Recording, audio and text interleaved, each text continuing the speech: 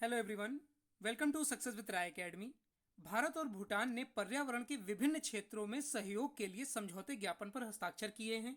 तो इस वीडियो में हम इस समझौते को लेकर जो खास बातें हैं उन्हें डिस्कस करेंगे। इसके साथ ही भूटान देश के बारे में भी डिस्कस करेंगे कि ये भूटान देश कब बना और प्रधानमंत्री कौन है, इसके करेंसी क्या है, ऑफिशियल लैंग्वेज क्या है और कैपिटल क्या है, एरिया कितना है, राष्ट्रीय पक्षी कौन सा है। ये सब बातें हम आज की इस वीडियो में डिस्कस करेंगे। तो चलिए वीडियो को शुरू करते हैं। तो आज का जो हमारा सब्जेक्ट है, जो विषय है, वो है भारत और भूटान ने पर्यावरण के विभिन्न क्षेत्रों में सहयोग के लिए समझौते ज्ञापन पर हस्ताक्षर किए हैं। अपशिष्ट प्रबंधन, वायु प्रदूषण, जलवायु परिवर्तन, रासायनिक प्रबंधन जैसे अनेक क्षेत्रों में भारत और भूटान के बीच सर्वोत्तम कार्य प्रणालियों का आदान प्रदान किया जाएगा। तो सबसे पहले हम जानते हैं भूटान देश के बारे में। यह आप भारत का मैप देख रहे हैं और इसमें नेपाल के बिल्कुल बगल में आपको भूटान दिख जाएगा। यह है भूटान। तो भूटान का एक जो स्वतंत्र राजतंत्र है वो हिमालय पर बसा पश्चिम एशिया का सबसे छोटा और महत्वपूर्ण देश है।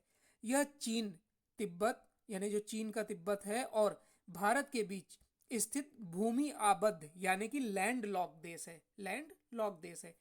नेपाल की तरह भूटान भी स्वतंत्र राष्ट्र है।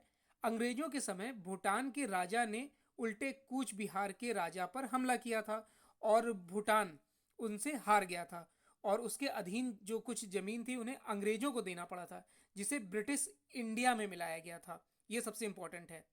अब हम यहाँ के जो कैपिटल है उसकी बात करते हैं। तो यहाँ की जो कैपिटल है वो है थिम्पू।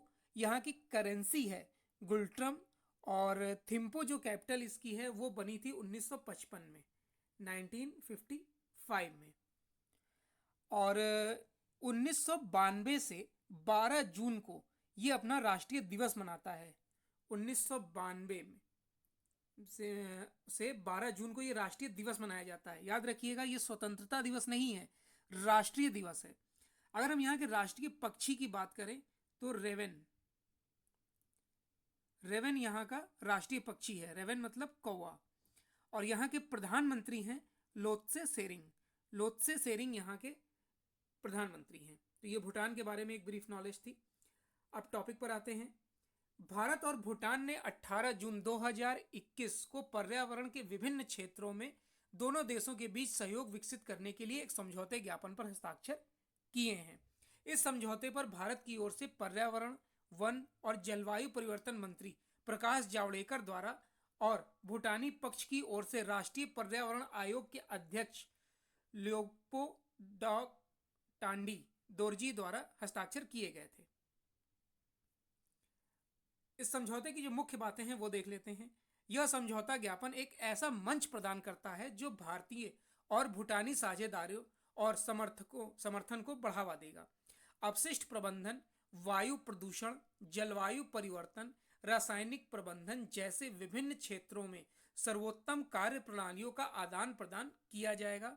यह हस्ताक्षरित समझौता ज्ञापन आपसी हित के लिए उनके क्षेत्रों में संयुक्त परियोजनाओं की संभावना भी उपलब्ध करवाएगा। यह एमओयू वैज्ञानिक, तकनीकी और प्रबंधन क्षमताओं को भी मजबूत करेगा। यह समझौता ज्ञापन भारत और भूटान के बीच पारस्परिक रूप से लाभकारी साझेदारी को बढ़ावा देने के लिए पर्यावरण के लिए क्षेत्र में सहयोग के विभिन्न क्षेत्रों का विस्तार करने में भी मदद करेगा। भारत और भूटान द्विपक्षीय सहयोग के नए आयाम हैं ये।